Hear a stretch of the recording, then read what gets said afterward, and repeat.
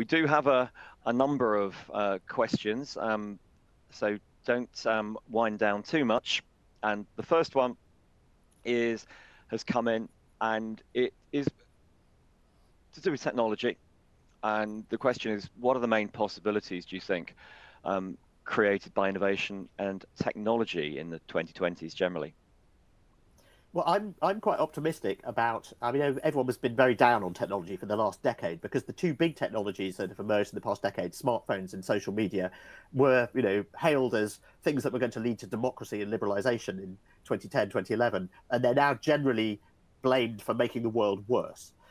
So we've got Donald Trump on Twitter, we've got our children addicted to screens, et cetera, et cetera. And so there's been this kind of big downer on technology. And I think the wonderful thing about the mRNA vaccines is that they're a reminder of just how technology can help. And science and technology can make the world a better place and solve big problems. And so that's a reminder of its potential, and we now need to apply that to other diseases and to climate change. The other interesting thing about the mRNA vaccines is that they appeared very quickly, or they seem to sort of appear overnight. But in fact, people have been working on that technology since the 1970s. So my focus for the next year and for the next few years is what are the emerging technologies that people have been working on for decades that are going to sort of appear as if by magic.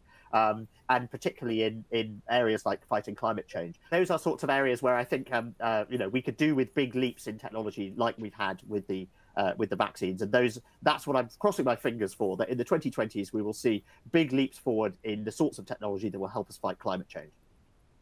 Question come through, I think this is directed to me, but it's what do you think the economic impact of the new COVID strain will be? Do you see it pushing back interest rate hikes and cause another pingdemic, as it's called in the UK, and that's where you get a text message from the authorities to say that you've been exposed to someone with the virus, and you have to self-isolate. I think the honest answer at the moment, as I think I tried to convey earlier, is we don't really know yet. I think a key is the extent to which this new strain is vaccine resistant. If it's not vaccine resistant, then largely we continue as we did with the Delta variant. But as Tom was saying as well, there is some evidence, I think, coming from South Africa that the symptoms can be milder, although I think that's been tested on younger people. So the important thing is reducing hospitalizations and deaths, and also the treatments that are becoming available now seem to be very effective as well. So it's very early days, but we've got our fingers crossed and saying there is uncertainty, but we are not going to see a return to mass lockdowns right around the world, and there might be some interruptions to certain parts of individual economies, but we hope that it's not going to be material, and the world is going to evolve as we thought over the past couple of months. Another question coming through here, and I think this is for me, but I'm going to ask Tom his opinion on it after I've answered it as well. You're not getting away with this one, Tom. In a world of long-term interest rates, this has created a huge number of asset bubbles and worrying disparities of wealth globally between rich and poor, young and old. Do we think that if it's not dealt with, this will spill over into social unrest and instability? And yeah, that's certainly an unwanted side effect of keeping interest rates very low. The central banks conducting quantitative easing when they are buying bonds, and that actually pushes up the price of assets materially, and that we do have those discrepancies or growing discrepancies between the very well off and the less well off, and it's very difficult to know exactly how that's going to be addressed. In the US and in the UK, we have leveling up and build back better programs to try and reduce those inequalities. It's debatable how effective those policies will be, but perhaps one thing is that if we're looking at labor shortages, then pay growth goes up. And that in itself could be one mechanism whereby those disparities are addressed, although that's not going to be a global answer. And if we end up, for example, with in the UK, pay growth averaging 3 or 4% rather than 1 or 2% per annum, perhaps we end up with interest rates higher, but that might not be a bad thing, I think, over the medium to longer term. Tom, what are your thoughts? Well, if you look historically at what happens after crises, whether it's, in fact, there have been several studies done on the impact of previous pandemics, and there is an increase very often in social unrest after them, and it tends to happen peak 2 years after the pandemic first appears. So that would mean 2022.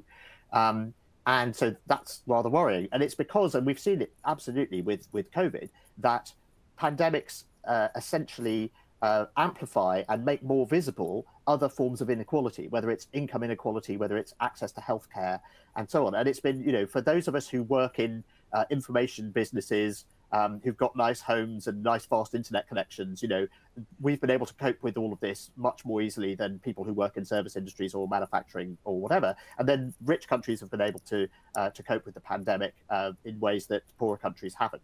So there is this, I think we should be very alert to the historical precedent is that this does lead to political instability, and we should be aware of that. What I think is interesting is that this time around, the policy that is being put in place by Western governments is very different from what we saw after the global financial crisis. So the sort of we need to pay down the debt and we need to get our budgets balanced is taking a backseat to we need to make sure that unemployment is going down. And I think that's a very good sign, because that is austerity caused a lot of problems, and is, I think, related to the loss of faith that many people have had in democracy. It looked like the policies that were put in place after the global financial crisis were not in everyone's interest. And so I think there are signs that things are being done differently this way. Also, these post-COVID recovery plans do have sort of big sort of job creation schemes, particularly around climate, which I think is very good, because Joe Biden talks about climate change as something that sort of means the creation of new unionized, well-paid jobs.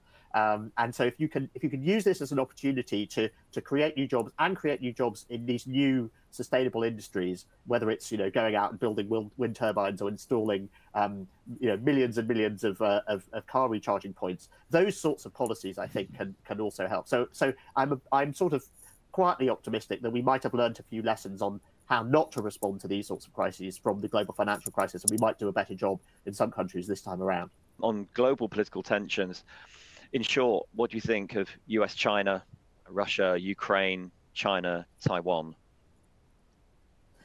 Well, so our position on Taiwan is that we are worried about it, but that in 2022, the Chinese government is interested in stability above all. So it's worried that it wants to make sure there are no protests around the Winter Olympics, and it wants to make sure there are no protests around the Party Congress towards the end of the year. So we think that sort of picking fights over Taiwan is not the kind of thing that is likely to happen next year. We're more worried about it, after that. But essentially, if you look at that virtual summit that Joe Biden and Xi Jinping had a few weeks ago, they both said, oh, it's very important that we reduce tensions, very important that we find ways to cooperate. But they then agreed to disagree on absolutely everything. So this is a sort of, a stalemate, a frozen conflict. We don't think the term Cold War is particularly useful. Some people call this a new Cold War, because unlike the Cold War between the West and the Soviet Union, there was no trade to speak of between the West and the Soviet Union. In this case, of course, we have very tightly coupled, economies, and the iPhone being the best example of that. So both sides have an awful lot more to lose, and so we hope that we will be able to find ways of cooperating, just as we cooperate on manufacturing iPhones and other economic matters, that we'll be able to extend that cooperation into new areas, and climate is the most important of those areas. Okay, I'm going to give you a couple of quick fire questions now, I think, Tom, to try and get through as many as we can. Next one is, do you think that artificial intelligence is the PC edge of unarmed automated weaponry? The PC edge? Does that mean the politically correct edge? I mean, people are worried about autonomous weapons, fire and forget. things where you basically outsource the decision to AIs, and people are saying we need regulation around that in the same way that we have regulation in international agreements around chemical weapons and biological weapons and so on. And I can see the case for that. AI is a general purpose technology. It can be used for good things, it can be used for bad things. Governments around the world are paying a lot more attention to it and coming up with regulations for it. The EU is the furthest down that track. I think that's the right thing to do. But I actually studied artificial intelligence at university, and I'm less scared of it than most people are. And I think generally, there are a few exceptions, but generally, the more you know about it, the more you are aware of its limitations. And some of those limitations are very problematic when you get algorithmic bias. But for the most part, it's stupider than you think it is. And to get good results out of it, you really have to fiddle with it quite a lot. Okay, we've got a couple of questions that I can sort of put together on energy and migration. One question which you may remember the cover, Tom, an Economist in the early 1990s showing a picture of people clambering across the global map towards Europe and the US from elsewhere on the planet. How bad is migration chaos likely to get? And if the UN and the EU are going to classify nuclear power as green, how much will that help climate change mitigation and economic development over the next couple of decades?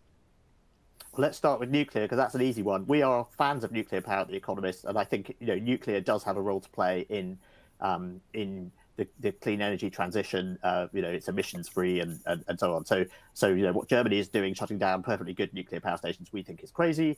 There is a big problem with who bears the costs of cleaning up nuclear power stations at the end of their lives, but we're kicking lots of other things down the road with climate change. This is something we should just be going for a lot more nuclear power stations now, we think. And just in the long run, everyone sort of worries about them blowing up and people dying and all the rest of it. The number of people who have been killed as a result of accidents in nuclear power stations is absolutely tiny, and compared with the number of people who have lost their lives in coal mining over the years is microscopic. So we just don't think that's it's the costs, it's the economics that are a much bigger problem. Price carbon properly, and suddenly that's much less of a problem. On migration, I mean, we have a particular view of that in Britain at the moment, because we have this situation that the government is sort of, on the one hand, trying to make sound terrible, but then it's making it sound terrible so it can blame it on the French. I mean, the number of refugees that we take in Britain is absolutely tiny compared to other European countries, and we should be providing more ways for people to come to this country legally, so that they don't have to try crossing the channel on boats and drowning in the process. The difficulty is that when it comes to dealing with that sort of immediate crisis, the only way to fix it is closer cooperation between France and Britain, and both France and Britain have governments that would prefer not to be cooperating. The British government wants to blame all this on the French. It's those terrible Europeans, they're the bogeyman, etc., etc. The political reasons not to kind of deal with this in a serious way. And similarly, Emmanuel Macron, it's very convenient for him to have to be able to blame this sort of thing, particularly if the British government is being childish. It's a very convenient political enemy for him as he faces re-election next year. So unfortunately, the incentives for those governments to cooperate really aren't there, and as a result, we're likely to see sort of more of the tragedies that we've seen in recent days in the Channel. I think we've got time for one last question. I'm sorry if I haven't been able to answer all of your ask all of your questions here or answer them. One on the airline industry. Back last year, some airlines predicted it would be 2023 before air travel recovered to pre-pandemic levels. Do you think that looks too optimistic now? I think it does with Omicron. Certainly before the Omicron news, it still looked quite optimistic, and 2024 looked more realistic. The other thing to remember is that when the airline industry bounces back from a crisis, it bounces back in a slightly different form. So after both 9/11 and the global financial crisis, the overall level of travel increased eventually after the bounce back, but there was less business travel than there had been, and it only increased overall because there was more tourist travel.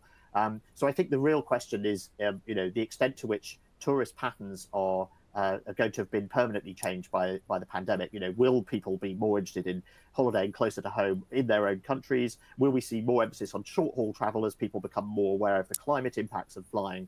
And obviously, if that's the case, then you're going to get sort of regional short-haul airlines doing better than long-haul routes. And the other big factor here coming down the pike is electrification and building green aircraft.